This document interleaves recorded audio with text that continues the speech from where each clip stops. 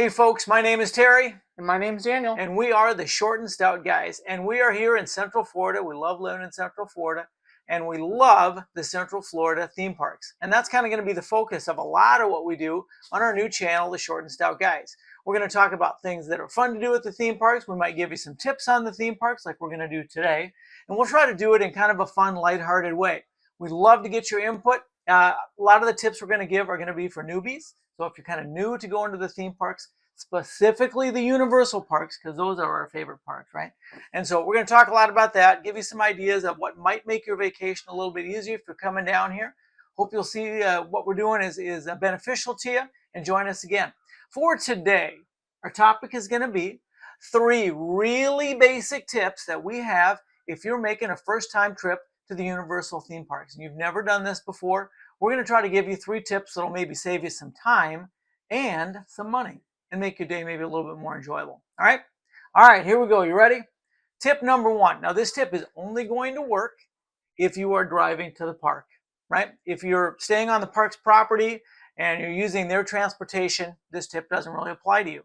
But if you're driving into Universal, what you're going to see when you drive in is it's going to take you to where, Dan? It's going to take you to the parking garage, and there's a couple of them, right? Yeah, there's 2 parking garages. Yeah, and so once you get into the Universal property and you go through the gate, it's going to split you off into these 2 big parking garages. And each parking garage is represented by 3 icons or characters in the park. So, suggestion number 1, as soon as you park your car and you've got your spot, what should you do, Dan?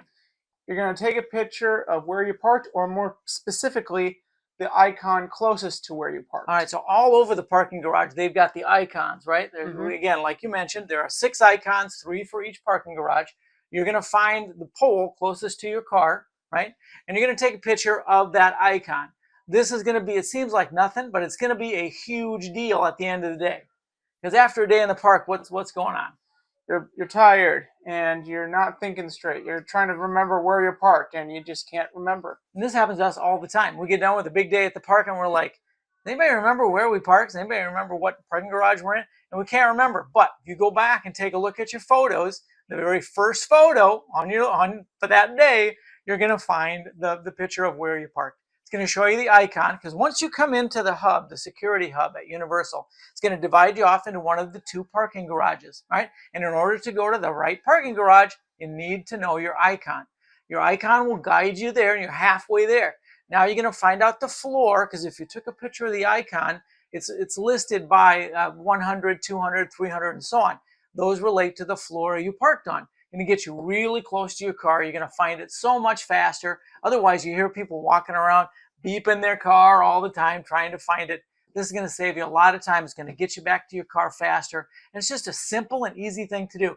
Now, Dan, does that picture need to be really, choreographed out? Well, we're going to bring everybody in. Absolutely not. Yeah. It just needs to be a picture of the color, the character/icon, and the number of the floor. So you're just taking a picture of that one icon. That's going to get all the information for you, right? That's so it doesn't have to be a graduation photo. You're not doing a wedding photo. You're not doing a Christmas morning photo where everybody's in their pajamas and standing in front. You just need to get a picture of the icon, and we'll show you some examples.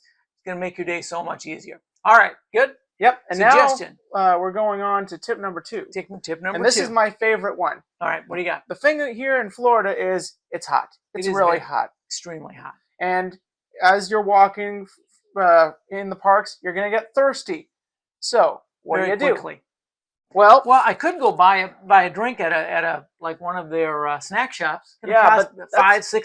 Yeah, that's quite a bit. But I have something a little bit better. All right, what do you got for me? I got a Coca-Cola Freestyle refillable cup. Refillable cup. So every time I have to pay to refill the cup every single time? Well, no. All you have to do is you have to get them to activate it. You're going to buy the cup, and they will activate it right at the snack shop. That is correct. Okay. We'll kind of put a picture up of what the current prices are. We're filming this in April of 2025, so you'll get an idea of what the prices are for a refillable cup. The more you buy, the cheaper they get. All right, so what's the benefit of this thing? Well, once they've activated it, you can get unlimited refills at any of the refill stations around the park every 10 minutes. Oh, so every 10 minutes, once I've paid for my cup, I can get a refill for free. It doesn't cost me anything else. That's right. All right, and that is true. And there's like 104 flavors in the Coca-Cola Freestyle machines. And these things are all over the park. I don't know if there's 8, 11 spots all over the parks where you can go and fill your cup and get ice, get a nice cold drink. They have, soda type beverages. They have non-carbonated beverages like tea, Gatorade, or Powerade. I guess the Coke brand would be. They've got all kinds of things. Now, there is something else that you can also do with this cup. You can And get it's my ices. favorite. You can get an icy. You can get unlimited ices if you want to. The coldest drink in town, the ices. Those are my favorite. They're all over the place. You can go now. You have to find an icy stand, and they don't have them at every snack stand, just like they don't have the refill stations at every snack stand. But they're everywhere in the park. You can find them with no problem. You just hand them the cup. They'll scan it. Make sure there's a little computer chip on the bottom. They'll scan it. Make sure that you've activated it for the day, and you can get a free icy. No additional charge. And many ices as you'd like every 10 minutes. All right. Super way to go. Now, there's a couple things this will not do for you. You cannot get a free butterbeer with this. No. There are a couple stands around the area that are like specialty lemonades. You can't use it at those. You can't use it in the Simpsons area to get a, what is it again? A squishy. Can't get a squishy. But you can go to so many other places. The flavors and the coldness are unlimited. You will love this thing. But again, no soda available in the Harry Potter area, the Wizarding World. You're not going to get any butterbeer things. But everywhere else in the park, there are tons of delicious options for you at the Coca-Cola Freestyle stand. We'd love to be the spokespeople for the Coca-Cola Freestyle Cup because we think it's a great thing. They've got them at Epic. They've got them here in the Universal and Islands of Adventure parks. You're going to love it. Now, if I buy this cup for, let's say, even if it's $16 the first day, does that mean I have to buy another one the next day for $16 and start all over? No, what do? You just reactivate it. You just reactivate the cup. It'll cost you less. I don't know, it's around $10. It's a great deal. You're saving garbage and waste, and you're giving yourself a delicious refreshment all day long. And these things never expire. We've even had some that have gone bad years later, and we've taken them to Universal, and they've given us a new cup. So pretty awesome deal, the Coca-Cola Freestyle Cup. Now, Dan said once you get in the parks, you start walking around, you're going to get thirsty, and that is 100% right. But you're also going to get hungry. Now, you're going to want to buy some food during the day, and I'm going to tell you, food at the theme parks is crazy expensive. It just is. A pretzel might run you $15, somewhere around there. Other kind of snacks, $8, $10. There is a better option just for a snack. Now, meals are going to be a whole nother thing.